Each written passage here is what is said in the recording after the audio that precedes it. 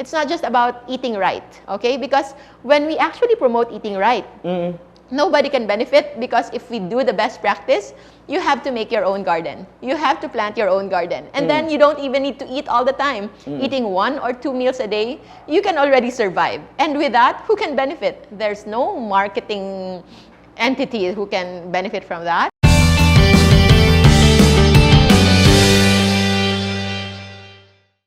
You've tasted empanaditas and buns, but have you ever tasted papas con chorizo, curried chicken, pulled pork, double cheese, and tuna basil? Only Jinki's Kitchen offers these flavors. Catch a bite now of Jinki's Kitchen empanaditas and buns at Kmart, Monsterepic at Cinca and Talisay City, San Carlos, Silay City, Lopez East Center, and Lopez San Sebastian. Jinki's Kitchen empanaditas and buns, a pocket full of goodness. Nature's Perfect Lunchbox. For perfect eggs, fresh and clean, guaranteed all the time. For orders, text or call 0907-838-7958.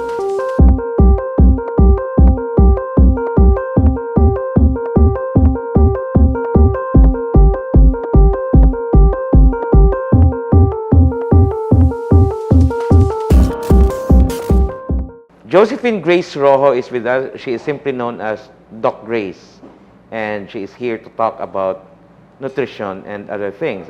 Interesting things like you don't need an umbrella. Why? She is our new health correspondent.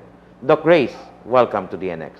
Thank you, sir. It is an opportunity to be here with you all. And thank you for writing. It was interesting. Thank you so much. I thought it was just a usual article from what I do on a day-to-day basis, and it somewhat surprised me that it came out as a surprise for others.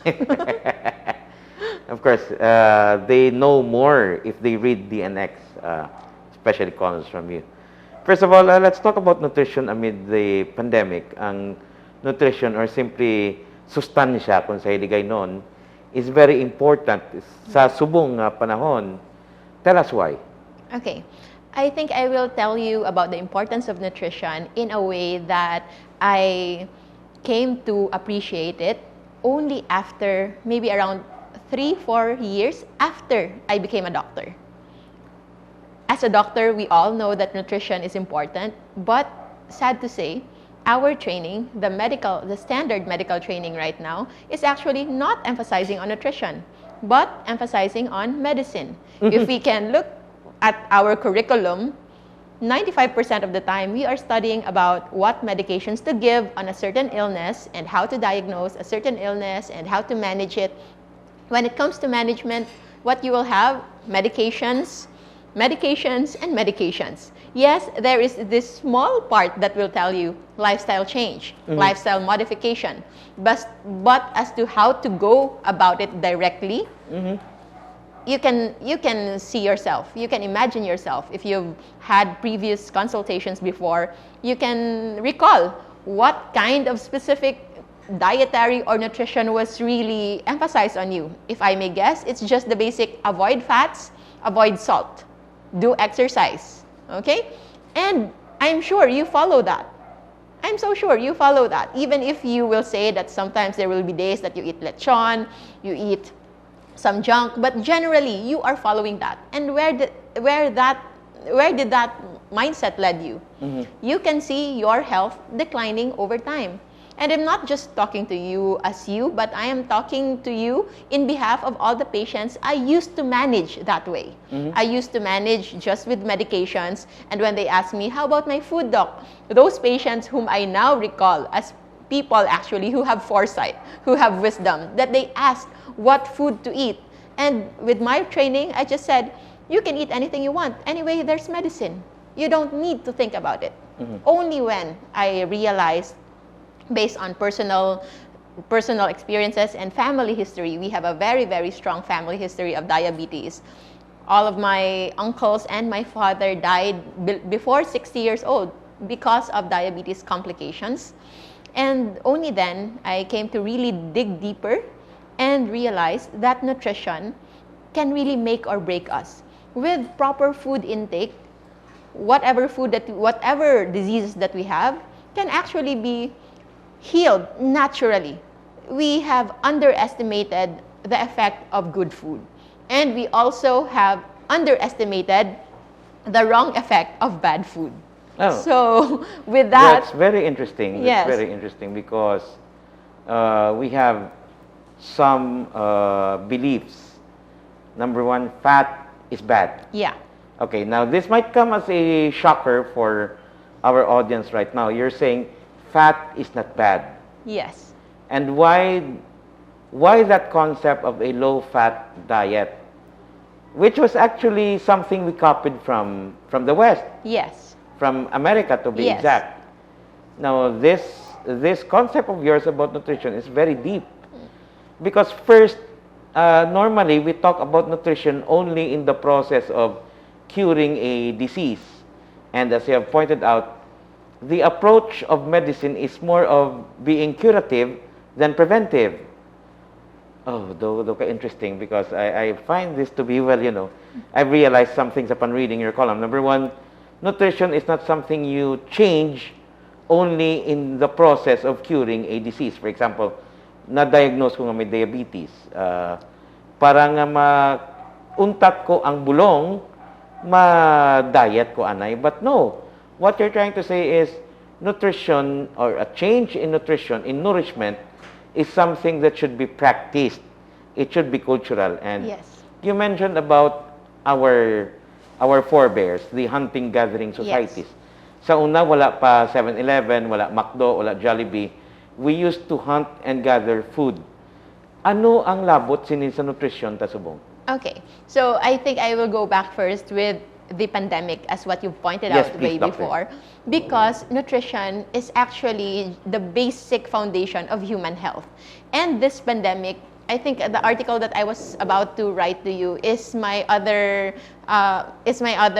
concept about this pandemic. But I chose to focus on the nutrition side. But in my other point of view, when it comes to this pandemic is actually just a highlighter. So I can compare it to the highlighter, meaning it only highlights the problem that we already have. Something was wrong in the first Something place. was wrong in the first place. Because who are dying in this pandemic? It's actually not the healthy. It's the diabetics, those that are obese, those that are hypertensive, those that have Hindi ongoing lang ko inflammation. pag-i-include daan ay, Doc, ay. No. Diabetic, Diabetics who are not conscious about their health, and then who are just relying solely on medications without effort onto really making a drastic change in their life. Okay?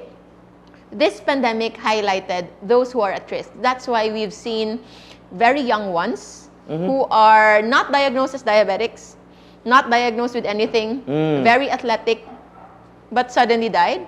And what's the common among them all?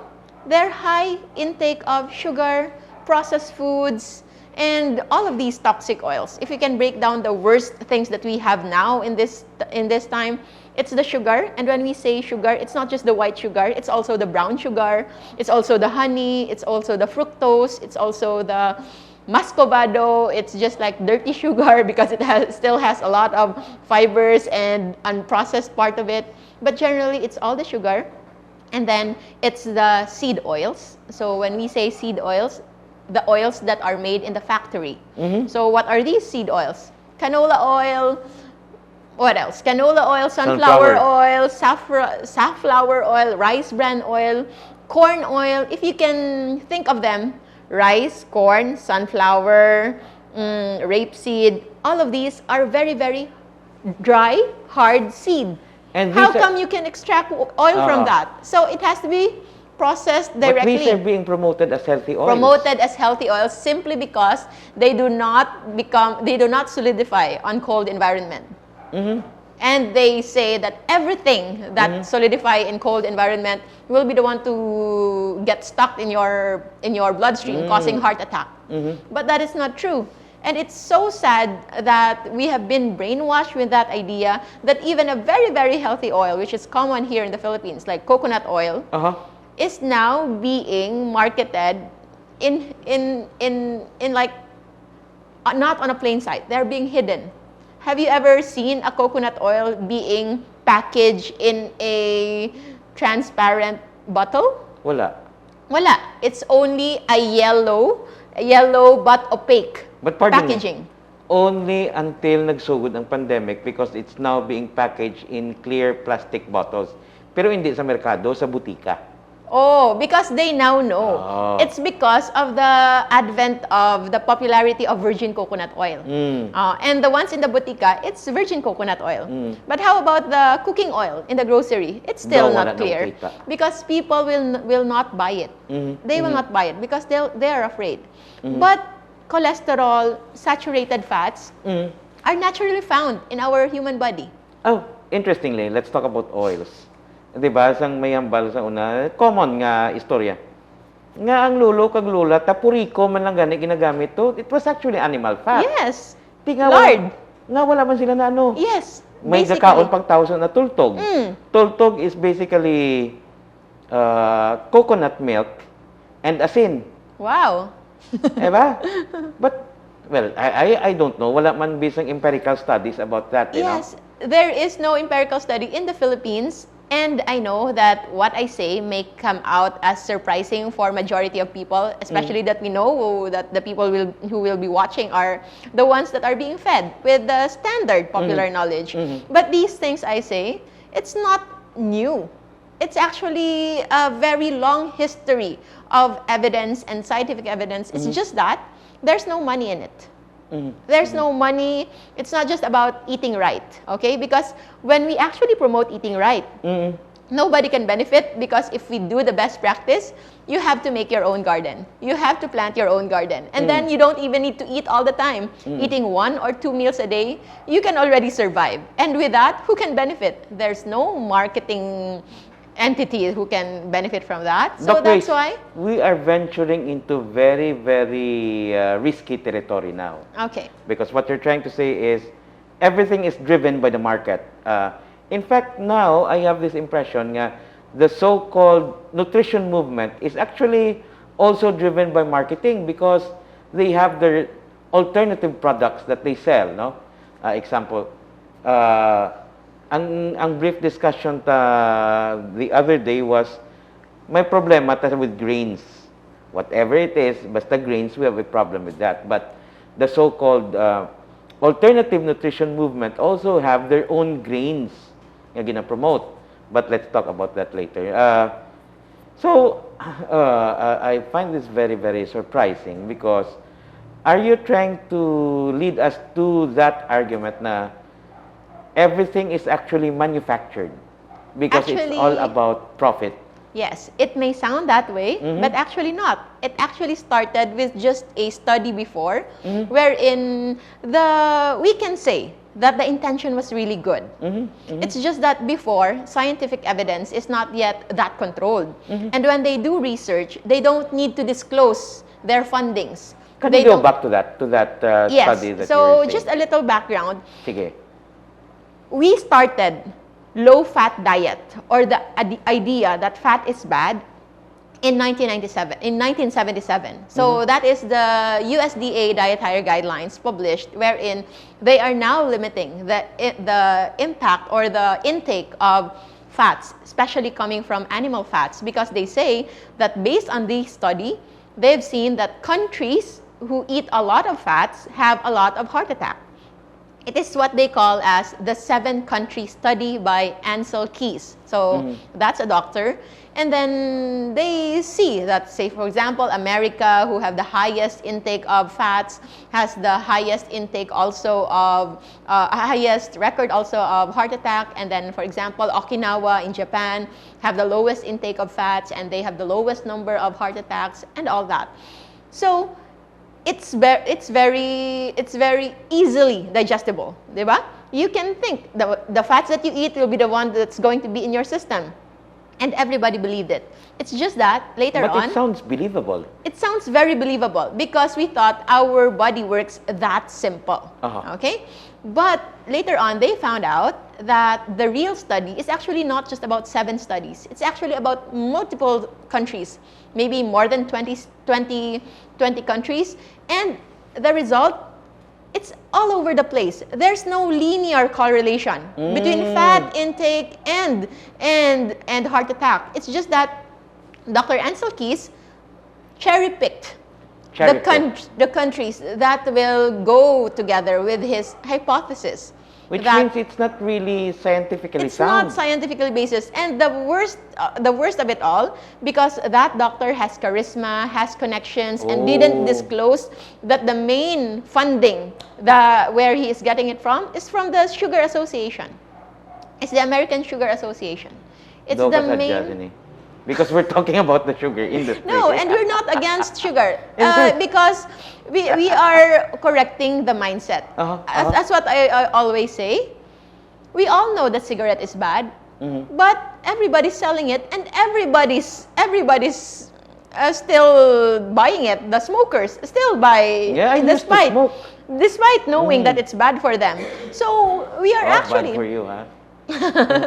So that's why but nobody says anything about sugar. So what we try to promote is just for people to have an informed consent, an informed decision. That's the moment they eat these desserts, the moment they put in these sugar in their coffee, it's going to be a conscious decision. And knowing that sugar is not essential for your body. And with that knowledge, I just feel like I don't wanna have patients in the long run, because I've had it in the last 7 years of my practice, last 5 years of my practice, wherein patients come to me saying with terminal cancer and tell me, Doc, I don't know what happened. I don't know what went wrong. I was not eating pork. I was not eating these. I was not eating all of these foods. I just eat vegetables all day, and then I don't take fried foods. I don't do any of that. Even soft drinks and even desserts they avoid. But when I ask, what do you eat your vegetables with? Of course, rice. And it's mountain full of rice. So whenever we say sugar, we don't mean just sweets, but it's also the sugar that's being converted inside our body. Sugars converted from carbohydrates. From complex carbohydrates. So sugar, to be technical about it, it is a combination of two simple sugars, glucose and fructose. Okay, so having those two will have a chemical element of sucrose, and that is our table sugar. And rice is made of starch plus some fiber. The moment we digest them, we ingest them, and in fact, the digestion process starts within our mouth. We have an enzyme called amylase, and we have lingual amylase, the ones in our saliva. We also have pancreatic amylase, the ones in our stomach. So with having those, the moment it touches the amylase touches the starch, it becomes glucose. And that glucose easily can spike up your blood glucose. And that is what we want to emphasize, so that whenever you take that 1 cup of rice, the equivalent of that coming to your system when it comes to glucose component is actually equivalent to 10 teaspoons of white sugar. So it's up to you. Try to think how easy it is to consume a 1 cup of rice as compared to 10 teaspoons of sugar in one sitting. I remember some people saying, grabe ang akon nga panyaga, subong niya, healthy niya, laswa pa rin, pero 3 ka rice. Yeah. But it means nothing even if you ate 1 bowl of laswa if you did it with 3 cups of rice, because you actually ate more sugar than vegetables if you come to think of it. Yeah. Now, this is very interesting because, again, we are in Negros Island and sugar industry based na to. But I have read a lot of studies that sugar actually is something that is addictive. It's being compared to cocaine. In fact, worse than cocaine, they say. Yeah. For example, I remember ang choco, originally, isang gina-consume sang Mayans and Aztecs, they don't put sugar. Yeah. In fact, they put salt into chocolate, no? Yes. But then as civilization progressed, ang natabo, nag-abot ang kalamay. Is sugar the principal culprit? Sugar is the principal culprit. And yes, what you said that it is addicting is really true because it also has like an evolutionary basis. We are naturally inclined to love sweet taste. We are naturally inclined to prefer sweet taste over other taste. In fact, it is one of the most natural preference of humans. A baby who will be given something sweet will really like it as compared to something bitter, something sour. Those are learned taste. But sweet, it's something that we preferentially by nature love to eat. And why is that? Wait, Doc. Doc, kasadyas ni. Bitter, sour, salty are learned taste. Learned taste. So meaning we came out into this world looking for something. Salty is actually somewhat part of natural, but not too strong. So pagkabata ta, we look for something sweet. Yes. Romantic yung tao. Sweet ang ginapangitan. Please go ahead. Yes. So as much as we are against sugar, some people might get lost that right now we are saying that we have this natural preference to love sugar, right? But that's also the most important concept that we have to acknowledge, that we have this natural inclination to be addictive to sugar. But by nature, we are not supposed to be frequently consuming sugar. Why? By nature, when we say nature, evolution, the last 2.5 million years of existence of humans, when do you think we get to eat something sweet? Let's say you start sa hunting-gathering Sure. societies kung may fruit in season. My fruit in season. So that's a very, very good answer. And that's correct ko. Yes, correct. Because fruits in season just occurs naturally once a year. Once a year. And it's not even the fruits that we have in front of our house. It's not even the fruits that we can buy. It's the fruits that are available wherever we might come across with. We are nomadic by nature.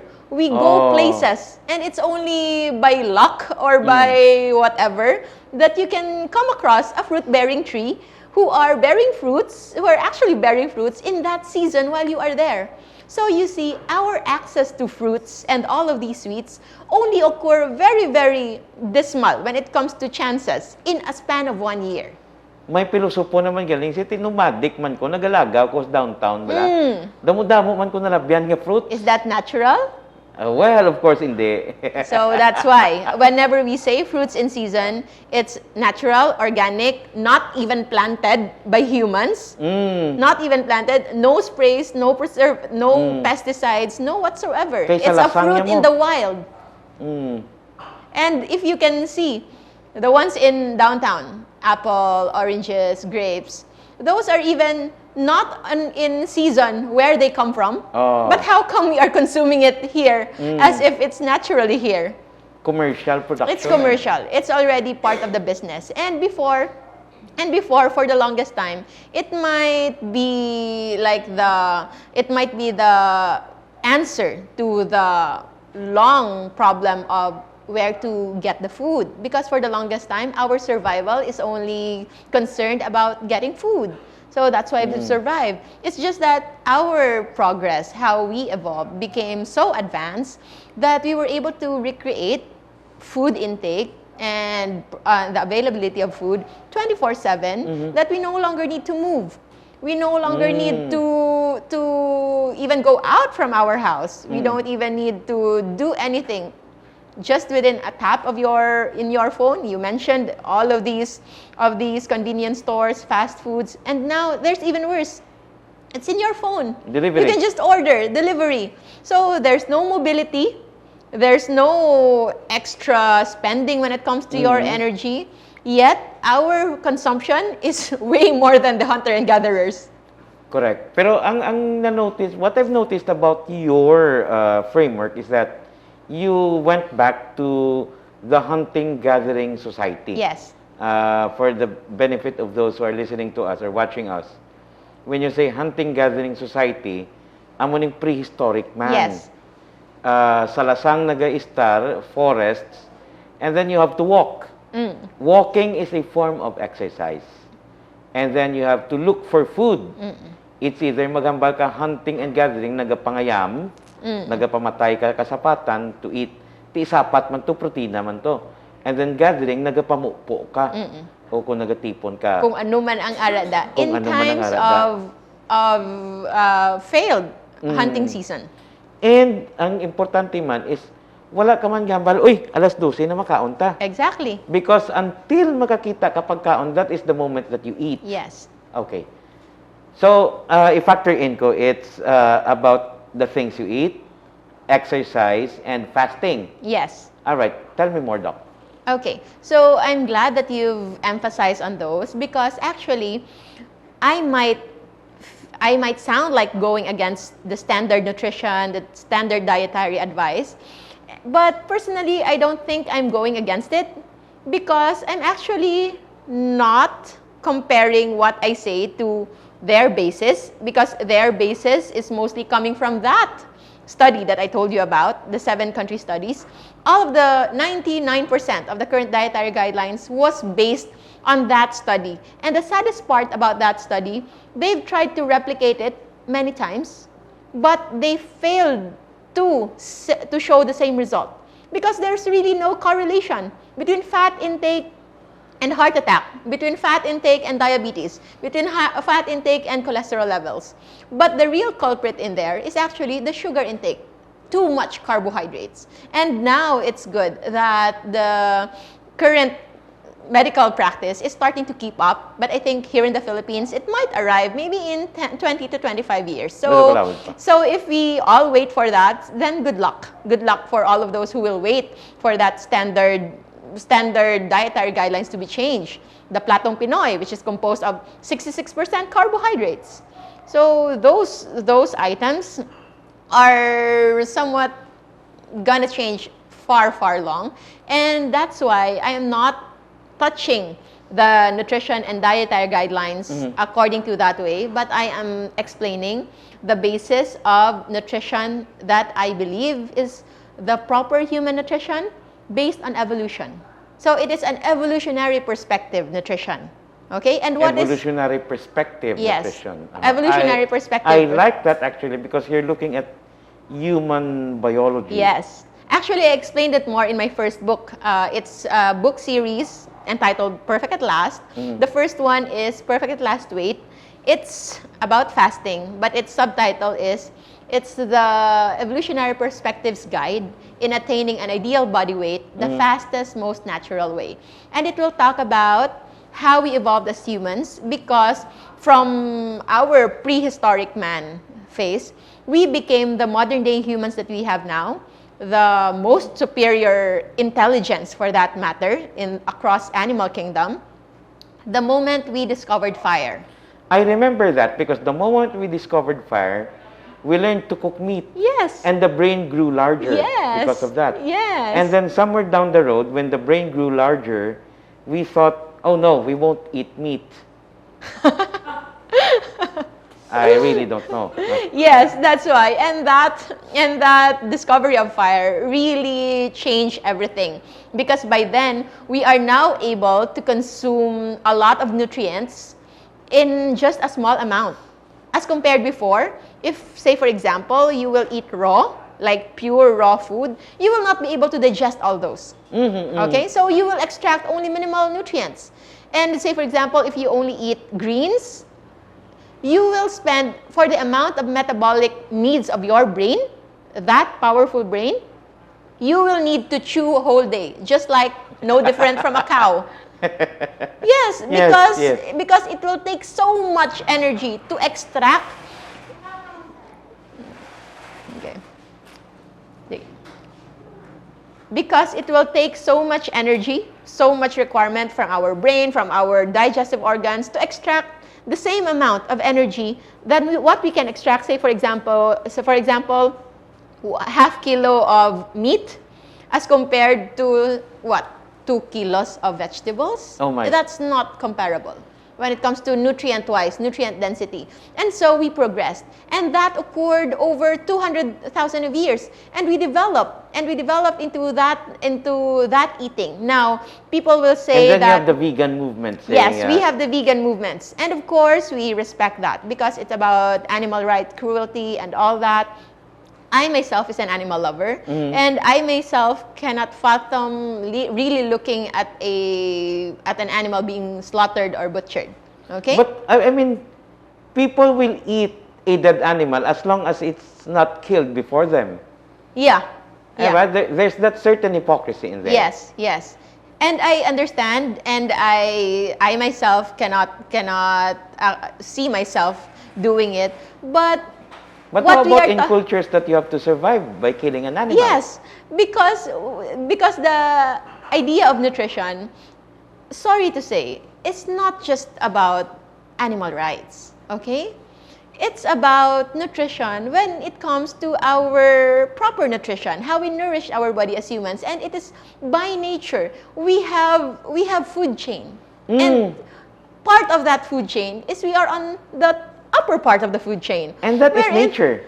And that is nature. And why are we going against nature? There you go. We are going against nature, but when it comes to animal rights, there is a humane way to raise animals. There is a proper way to slaughter them without pain. There is a way to do it that the animal that we will eat, for example, will still be able to live a life, like say for example on a free-range farm.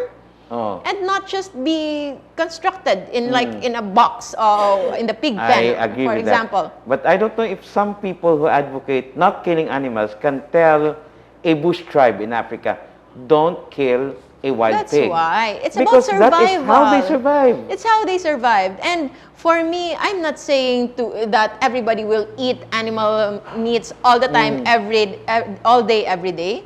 Because, in fact, we don't even eat every day. And what's worse, Doc, there's even some people who say, you should not eat plants because they can hear the plants crying out in pain. I mean, though, is there something wrong? Is there something wrong with how the mind works? Is it a lack of meat? That's going to be an opinion. Okay, that's going to be an opinion. And as much as possible, I'd like to stick with what we have as an evidence. Sure, Doc. And with evidence, we can say that it's just natural for us to evolve eating animals. In fact, we thrive because of eating animals. Okay. This is a countercurrent actually, because there's this movement that's saying, let's go back to nature by eating plants. Now, what you're saying is, let's go back to nature by eating meat. And I actually agree with them that eating plants is also going back to nature. It's also going back to nature. But you know what's the timeline? Yes. That's before the fire. That's before the discovery of fire. And that is the time that our brain was still so simple and not so complex. So, if you want to really change your culture, you do this. You don't go to Starbucks. Balik ka bahag. Diba? You stay in a tree house or in a tree, and that's the natural way. That's the natural way. And before fire was discovered. Before fire was discovered, and then you go to the mountains, and then you look for whatever food that is there, and But then they can't do that. And then you try to discover if this food is poisonous or not poisonous. And lucky for you, if what you take is not poisonous. But Doc, I'm gonna bet that they cannot do that because, well, you know, kaiw na yung mag-sleep ko sa ground ya. And then may mga plants na, you know, anyway. Yeah, I get you totally. But even if our evolutionary side of eating, they can also say that you go there and hunt yourself. Hunt diba? yourself. But we are not hypocrites. Pero hindi na sila magpataya kasi kaluoy sang tiger, tiko ng tiger, biarat na sa tubang mo. That's why there's, I think the more popularly termed other than low-carb nutrition is the Paleo Diet. Yes, have you heard about it? Yes, So I did. It's Paleolithic period. So it's basically that. So Hunting-gathering. Hunting-gathering. And they are very, very choosy with the kind of food. They won't eat meat that are not organically raised, not wild boars or whatever.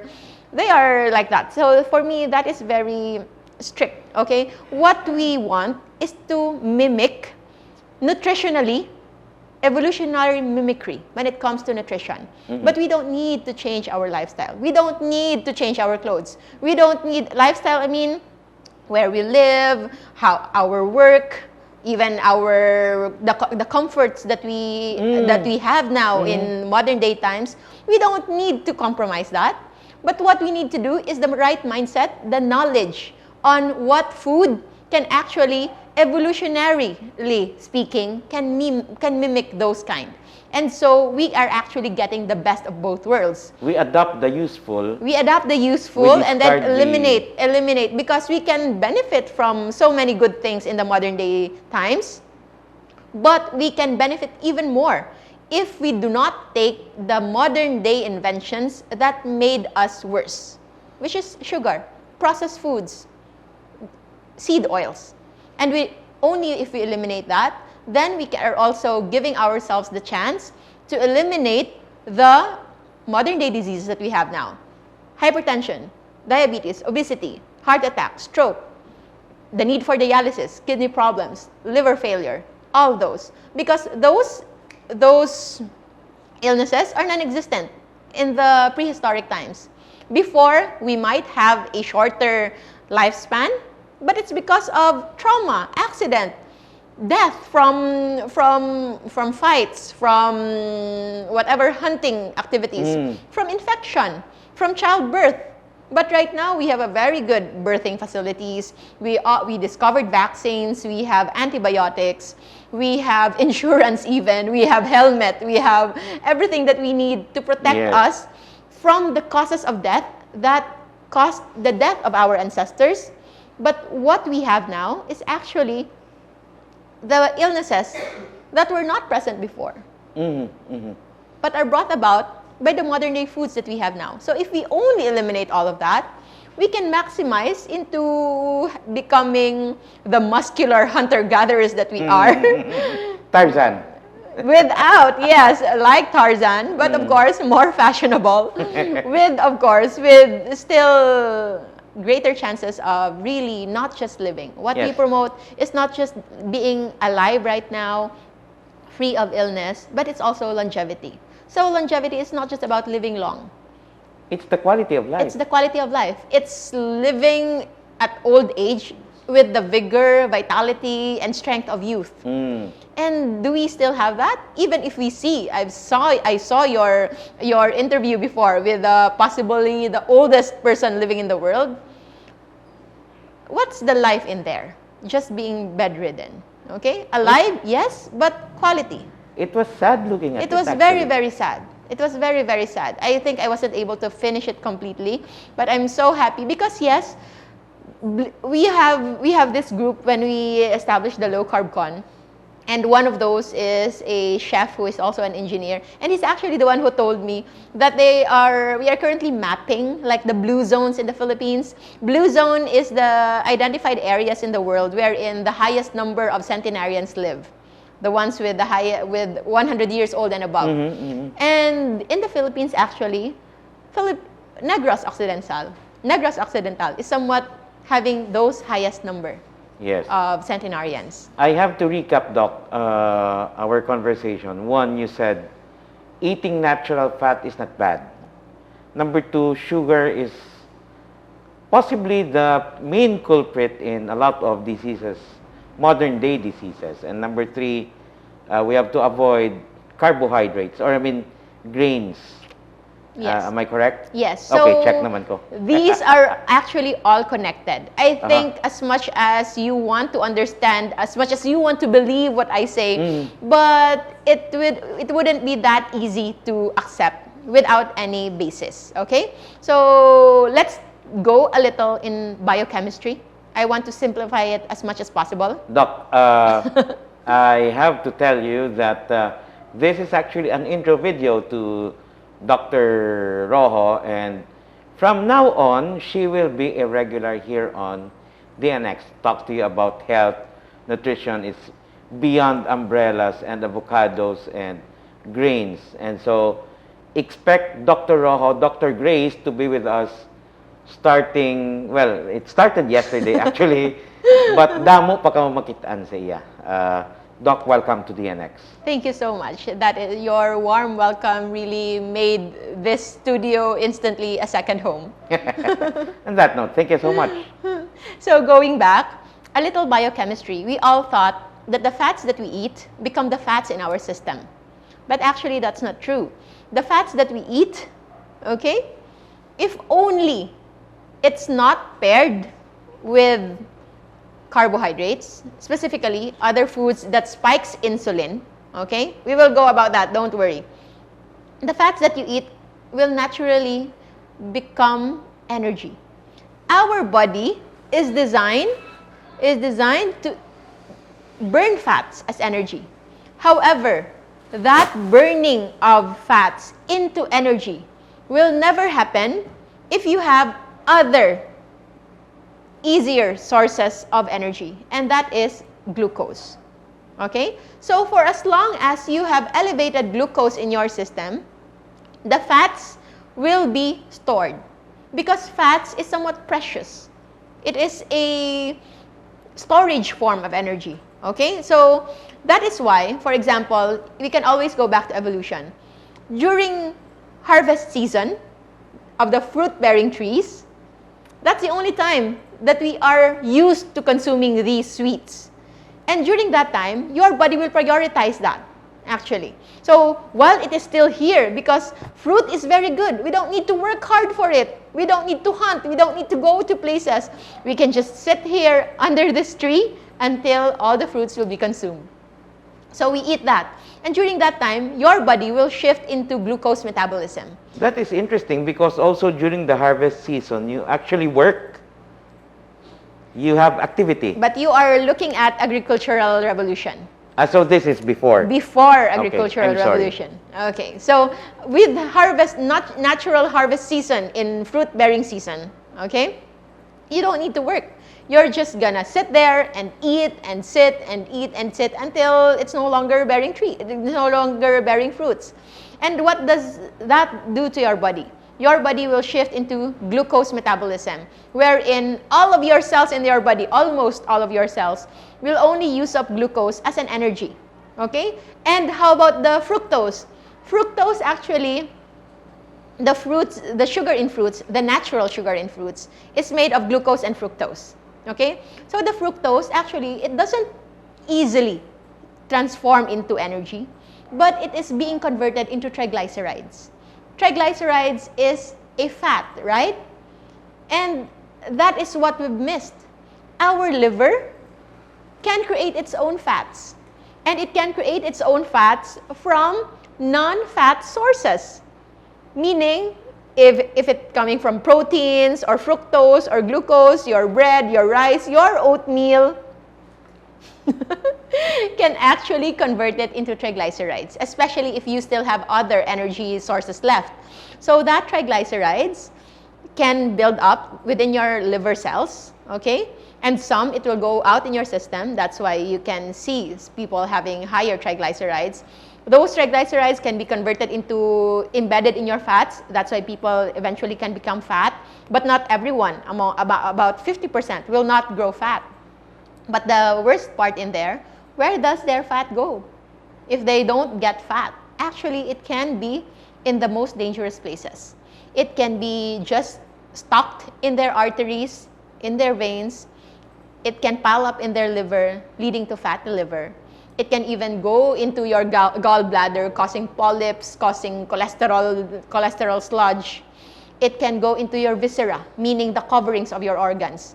When you open your organs, I am a surgeon by profession. When we open up patients, you can see that their intestines, their liver, all of that, you can no longer see because it's all visceral fats. And that is common among Asians especially. We have this condition, what we call as TOFI. Thin outside, fat inside. Oh. Extremities, very lean. BMI, normal. But if you look at their visceral fat, it's very high.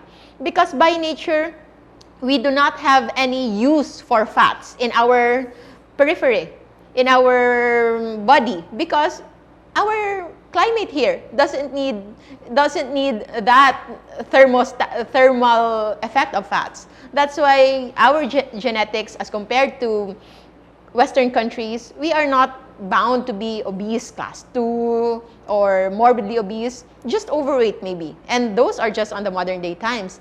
So that is where the value of looking at sugar and carbohydrates, that when eaten too much, and when I say too much, more than one season a year, okay, can do to our body.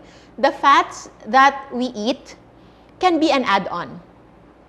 It can have that effect of elevation in blood sugar. So that's why I'm not saying that you can eat all the fats that you need, that you want. Of course not.